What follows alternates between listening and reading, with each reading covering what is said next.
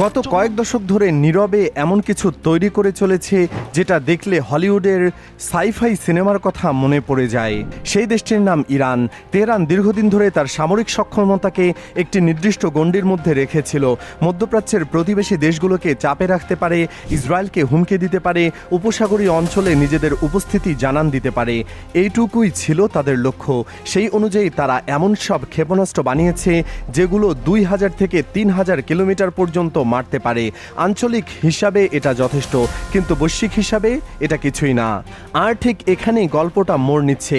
হঠাৎ করে যখন 15,000 কিলোমিটারের কথা উঠল, তখন পুরো সমীকরণটাই পাল্টে গেল। কারণ 15,000 কিলোমিটার মানে কি বুঝতে পারছেন? তেহরান থেকে ওয়াশিংটন ডিসির দূরত্ব মোটামুটি 10,000 কিলোমিটার। তেহরান থেকে লন্ডনের দূরত্ব প্রায় 4,500 কিলোমিটার। তেহরান থেকে নিউ ইয়র্ক প্রায় 10,000 কিলোমিটার। অর্থাৎ 15,000 কিলোমিটার পাল্লার একটি ক্ষেপণাস্ত্র যদি সত্যি বানানো সম্ভব হয়, তাহলে পৃথিবীর এমন কোনো প্রধান রাজধানী নেই যেটা এর আওতার বাইরে থাকবে। শুধু তাই নয়, এই সংখ্যাটি একটি অদৃশ্য লাইন অতিক্রম করে। সেই লাইনটি হলো আন্তঃমহাদেশীয় ব্যালিস্টিক ক্ষেপণাস্ত্র বা আইসিবিএম এর সীমানা। আর এই সীমানায় পা রাখার অনুমতি এখন পর্যন্ত পৃথিবীর হাতে গোনা কয়েকটি দেশ পেয়েছে। আমেরিকা, রাশিয়া, চীন, এরা আইসিবিএম ক্লাবের পুরনো সদস্য। পরে যুক্ত হয়েছে ভারত এবং কিছুটা বিতর্কিতভাবে উত্তর কোরিয়া। কিন্তু ইরান এখনও এই ক্লাবের বাইরে। প্রশ্ন হলো, সে কি দরজায় কড়া নাড়ছে? এখানে একটু থামা দরকার। কারণ অনেকেই মনে করেন বড় একটি রকেট বানানো আর আইসিবিএম বানানো একই জিনিস। আসলে তা একদম না। ধরুন আপনি একটি গাড়ি বানালেন যেটা সোজা রাস্তায় 200 কিলোমিটার বেগে চলতে পারে। এটা এক ধরনের সাফল্য। কিন্তু এবার কল্পনা করুন, সেই গাড়িটিকে চোখ বেঁধে বৃষ্টির মধ্যে পাহাড়ি রাস্তায় একটি নির্দিষ্ট পয়েন্টে গিয়ে থামাতে হবে, আর মাঝখানে কেউ তাকে গুলি করার চেষ্টাও করবে। একটি আইসিবিএম ঠিক এই কাজটি করে। সে মাটি থেকে উৎক্ষেপিত হয়, প্রচণ্ড গতিতে বায়ুমণ্ডল ভেদ করে মহাকাশের প্রান্তে পৌঁছায়। সেখান থেকে একটি নির্দিষ্ট গতিপথ ধরে পৃথিবীর অন্য প্রান্তের দিকে ছুটে যায়। তারপর আবার বায়ুমণ্ডলে ফিরে আসে এমন তাপমাত্রায় যেখানে ধাতু গলে যায়। আর এই পুরো যাত্রায় তাকে নিজ পথ নিজেকেই খুঁজে নিতে হয়। বাইরে থেকে কেউ রিমোট কন্ট্রোল চালায় না। সে নিজেই ভাবে, নিজেই সিদ্ধান্ত নেয়, নিজেই পথ ঠিক করে। এটা শুধু ইঞ্জিনের শক্তি দিয়ে হয় না। এর জন্য দরকার এমন নেভিগেশন সিস্টেম যেটা মহাকাশেও কাজ করবে। দরকার এমন হিটশিল্ড যেটা রিএন্ট্রির সময় 1000 ডিগ্রি তাপমাত্রা সহ্য করবে। দরকার মাল্টি স্টেজ ইঞ্জিন, যেখানে একটি ইঞ্জিন জ্বালানি শেষ করে ছিটকে পড়বে আর পরেরটি জ্বলে উঠবে। পুরোটা ঘটবে সেকেন্ডের ভগ্নাংশে। একটিমাত্র ভুল আর পুরো মিশন ব্যর্থ। এখন প্রশ্ন হলো, ইরান কি এই সক্ষমতা আছে? সরাসরি উত্তর দেওয়া কঠিন, কিন্তু কিছু সংকেত আছে যেগুলো উপেক্ষা করার মতো না। তেহরান গত 2 দশকে সলিড ফুয়েল রকেট প্রযুক্তিতে উল্লেখযোগ্য অগ্রগতি দেখিয়েছে। সলিড ফুয়েল কেন গুরুত্বপূর্ণ সেটা একটু বুঝিয়ে বলি। তরল জ্বালানি রকেটকে উৎক্ষেপণের আগে ঘন্টার পর ঘন্টা জ্বালানি ভরতে হয়। এটা সময় সাপেক্ষ এবং ঝুঁকিপূর্ণ, কারণ এই সময় শত্রুপক্ষ স্যাটেলাইটে দেখে ফেলতে পারে কি হচ্ছে। কিন্তু সলিড ফুয়েলের রকেট সেটা আগে থেকে প্রস্তুত থাকে, যখন খুশি তখন চাপ দিলেই ছুটে যাবে মিনিটের মধ্যে। এই জন্যই পৃথিবীর সবচেয়ে ভয়ঙ্কর আইসিবিএমগুলো সলিড ফুয়েল ব্যবহার করে। আর ইরান এই প্রযুক্তিতে কাজ করছে নীরবে, ধীরে ধীরে, কিন্তু অবিরাম। কিন্তু এখানেই গল্পের সবচেয়ে অন্ধকার অধ্যায়টি শুরু হয়। ইরান একা এই পথে হাঁটছে না। এটা ভাবলে বোকামি হবে, কারণ আন্তর্জাতিক গোয়েন্দা মহলে দীর্ঘদিন ধরে একটি কথা ঘুরে ফিরে আসে। সেই কথাটি হলো প্রযুক্তি হস্তান্তরের অদৃশ্য পথ। একটু পেছনে যাই। 90-এর দশক, সোভিয়েত ইউনিয়ন ভেঙে পড়েছে। সোভিয়েত রাশিয়ার ক্ষেপণাস্ত্র কর্মসূচিতে কাজ করার হাজার হাজার বিজ্ঞানী ও প্রকৌশলী হঠাৎ কর্মহীন হয়ে পড়লেন। তাদের মাথায় ছিল পৃথিবীর সবচেয়ে বিপজ্জনক জ্ঞান, কিন্তু পকেটে ছিল না পরের মাসের ভাড়া দেওয়ার মতো টাকা।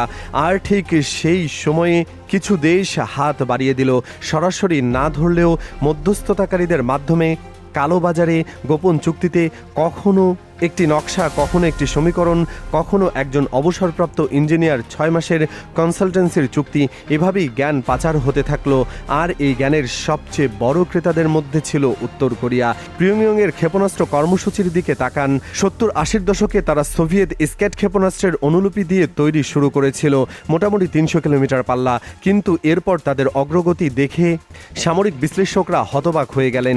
300 থেকে 500, 500 থেকে 1000, 1000 থেকে 3000। 3000। এভাবে লাফ দিয়ে দিয়ে তারা এমন জায়গায় পৌঁছে গেছে যেখানে তাদের ক্ষেপণাস্ত্র ভূতত্ত্বগতভাবে আমেরিকার মূল ভূখণ্ড পর্যন্ত পৌঁছাতে পারে। এই অস্বাভাবিক অগ্রগতি শুধু নিজের চেষ্টায় সম্ভব কিনা এটা নিয়ে বিতর্ক আজও চলমান, কিন্তু আসল অস্বস্তি অন্য জায়গায়। ইরান আর উত্তর কোরিয়ার মধ্যে ক্ষেপণাস্ত্র বিষয়ক সহযোগিতার ইতিহাস কোনো গোপন বিষয় না। আন্তর্জাতিক বিশেষজ্ঞরা বহুবার এই সম্পর্কে কথা নথিভুক্ত করেছেন। ইরানের প্রাথমিক পর্যায়ের কিছু ক্ষেপণাস্ত্র উত্তর কোরীয় নকশার উপর ভিত্তি করে তৈরি হয়েছিল বলে ধারণা করা হয়। তারপর দুই দেশ নিজেদের মতো করে আলাদা পথে এগিয়েছে ঠিকই, কিন্তু সেই পুরনো সম্পর্কের সুতোটা পুরোপুরি ছিঁড়ে গেছে নাকি সেটা এখনও গোপনে টিকে আছে, শুধু আগের চেয়ে আরও সূক্ষ্ম হয়ে। আর ঠিক এখানেই আরেকটি নাম সামনে চলে আসে, টোপল এম, রাশিয়ার গর্বের অস্ত্র, একটি সলিড ফুয়েল চালিত আন্তঃমহাদেশীয় ব্যালিস্টিক ক্ষেপণাস্ত্র যার পাল্লা প্রায় 12,000 কিলোমিটার। এই ক্ষেপণাস্ত্রটিকে এমনভাবে ডিজাইন করা হয়েছে যাতে শত্রুপক্ষের ক্ষেপণাস্ত্র প্রতিরক্ষা ব্যবস্থাকে ফাঁকি দিতে পারে। এটি দ্রুত উৎক্ষেপণ করা যায়, দীর্ঘদিন মজুদ রাখা যায় এবং রক্ষণাবেক্ষণ তুলনামূলক সহজ। এখন চিন্তা করুন, ইরান যদি সত্যি 15,000 কিলোমিটার পাল্লার কিছু তৈরি করতে চায়, তাহলে তাদের সামনে সবচেয়ে বড় প্রশ্ন কি হবে? রকেটের ইঞ্জিন? না, সেটা তারা মোটামুটি সমাধান করে ফেলতে পারবে। আসল চ্যালেঞ্জ হলো ইন্টিগ্রেশন, মানে সবকিছুকে একসঙ্গে কাজ করানো। Engine, navigation, guidance, control system, warhead, re-entry vehicle, প্রতিটি উপাদান আলাদাভাবে কাজ করলে হবে না। একটি সিম্ফনি অর্কেস্ট্রার মতো সবাইকে একই তালে বাজতে হবে। এটি একটি যন্ত্র, তাল কাটতেই পুরো সুর ভেঙে পড়বে। একটি দেশ যখন আইসিবিএম বানায় তখন সে শুধু একটি অস্ত্র বানায় না, সে আসলে একটি বার্তা পাঠায়। সে বার্তাটি হলো, আমাকে আক্রমণ করলে তোমার ঘরেও আগুন জ্বলবে। এটাকে সামরিক পরিভাষায় বলে ডিটারেন্স বা প্রতিরোধক সক্ষমতা।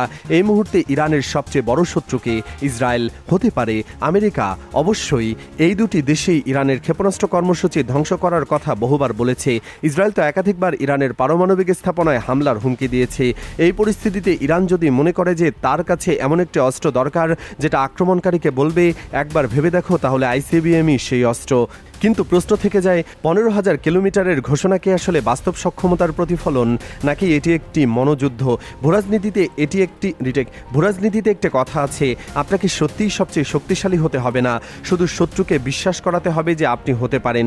ইরান হয়তো ঠিক সেই কৌশলটি খেলছে, একটি ঘোষণা, একটি সংখ্যা, আর সেটাই যথেষ্ট ওয়াশিংটন ও তেল আবিবের যুদ্ধ পরিকল্পনাকারীদের টেবিলের নতুন ফাইল খুলতে বাধ্য করছে। তবে এই কৌশলের একটি বিপদও আছে, আর সেই বিপদটি কেউ বেশি আলোচনা করে না।